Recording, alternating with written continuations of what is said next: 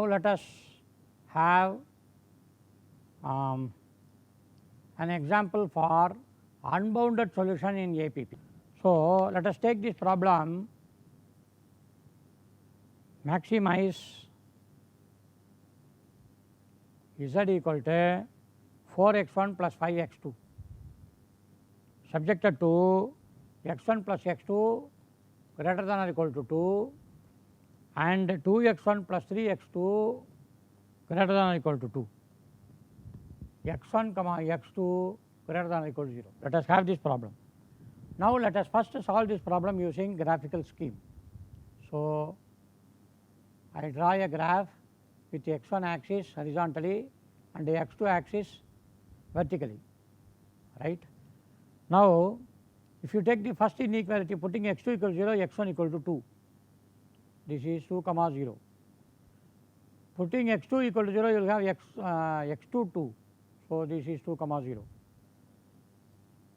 Now I draw a line graph between this 2 comma 0 and 0 comma 2.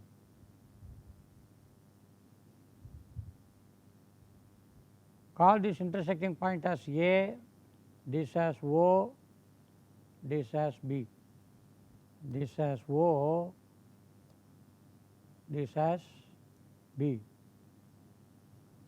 Now for the second inequality, if you put x2 0, you will have x1 1, so this. If you put x1 0, you will get x2 as 2 by 3, 2 by 3 is somewhere here. So if you join these two points, I will have two more points, say C and D, and those points can be also be plotted here. So both are greater than or equal to, that means I have to draw arrows away from the origin for both the lines. So what could be the intersecting region? Intersecting region is bounded by the entire first quadrant points that sit above this line, first line, and second line points above the second line and above the first line intersection is above the first line only, where both x1 and x2 turn to be indefinite.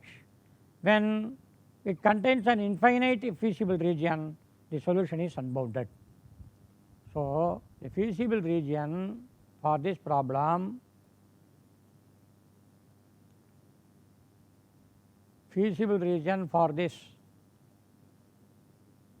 is above line 1 in the first quadrant.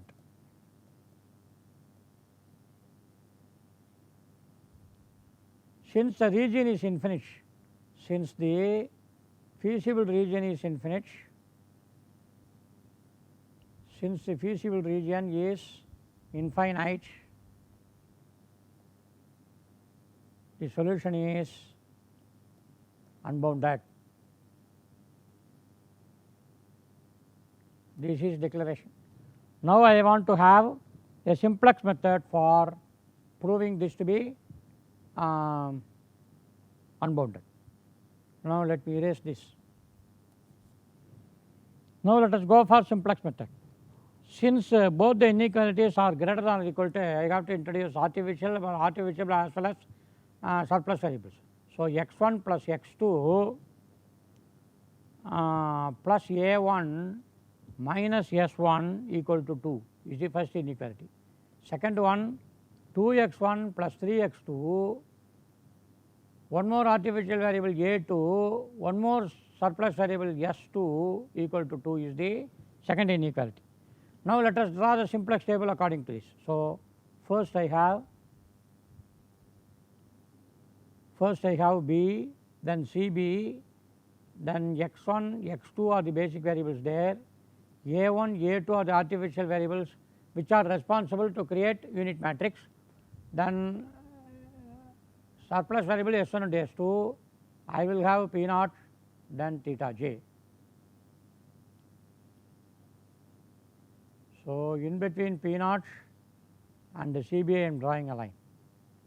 Now what do I do? What should I do? Basis column first I have to fill up. Before that I have to fill up these entries.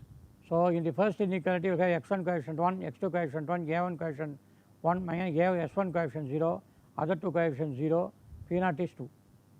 For the second inequality I will have 2 as x1 coefficient 3, then a1 0, a2 1, s1 0, s2 minus 1, p RHS is 2. So let me draw this table first in order to compute Zj minus Ej. Before going for Zj minus Ej, let me fill up these cost coefficients Cj. In the objective function you will have 4 as the x1 coefficient, 5 as the coefficient. For artificial variable, so where I have filled with minus m, then s1 coefficient and s2 coefficient both are 0 in objective function. Now go above the unit matrix and fix basis column a1 and a2, whose costs are associated to be minus m. Now let me fill up this Zj minus Ej as now. Minus 2m, minus 3m, minus 4. Minus 3m, minus 4. Second inequality I will have 3. Now minus 3m, minus m, minus 4m, minus 5. Then a1 and a2 column will have 0. Then these two will be positive. This is dash. Now among this all Zj minus Ej, minus 4m minus 5 is the least. So this is the pivot column. Now divide p naught column by pivot column, you will have 2 and 2/3. 2 by 3 is 2 by 3 is less. So what is the pivot element? Pivot row intersection pivot column. This is the pivot element. Now this is the pivot row. This is the pivot column. So to create a new pivot row, a2 will leave the basis and x2 enters. Now I will have x2 here, whose cost is 5 in the objective function. Then I need to divide this new old pivot row by 3. You will have 2 by 3, 3 by 3 1, 1 by 3, 1 more 1 by 3, 0, minus 1 by 3, 2/3. This is the new pivot row. But for a2 I will have a1. So whose cost coefficient is minus m. Now I need to make this entry 0. So what should I do? I need to have direct subtraction for making this entry to be 0. So what am I to do? 1 minus 1 0 here. So 1 minus 2/3 is 1/3. Then 0 minus 1/3 minus 1/3. So this will be once again minus 1. Then 0 minus of minus 1/3 is 2 1/3. Then you will have 2 minus 2/3 is 4/3. Now once again I need to compute Zj minus Ej. For a1 I will have minus m. So minus m by 3 minus 2 by 3. Then you will have 5 minus 5 0. Then I will have 0 minus m 0. Then you will have plus m by 3 plus 5 by 3 plus m. So this becomes positive. Then this also becomes positive. Then you will have minus m by 3 here, minus 5 by 3. This is dash. So this will be the pivot column. So 2/3 divided by 1/3 is minus 1 minus 2, so negative. 4/3 divided by 1/3 is 4. So pivot row will be this and the pivot column will be this. So a1 leaves and s2 enters,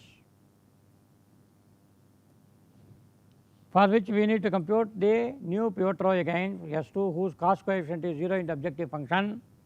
Then you will have computing, you will have 1 0, 3 minus 1, minus 3 1 4. So I am dividing the old pivot row by the pivot element. What is the pivot element? 1/3. So if you divide by 1/3 by 1/3 1, 0 by 1/3 0, 0 by 1/3 3, minus 1/3 by 1/3 minus 1 divided by 1/3 minus 3, 1/3 by 1/3 1, 4/3 by 1/3 is 4. Now, but for S2 I will have one more entry x2 whose cost coefficient is 5. Now, I need to make this entry to be 0. For that what I should do, multiply this by 1/3 and add to this. Everywhere you have to do that.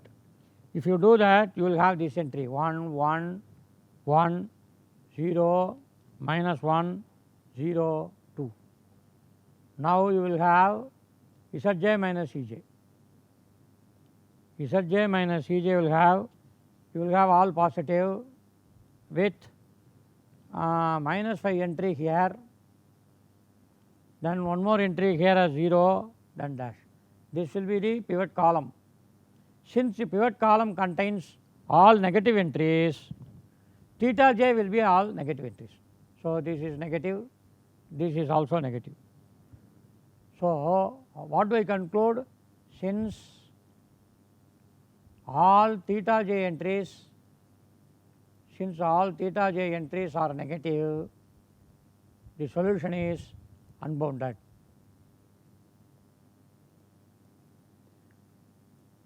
The solution is unbounded.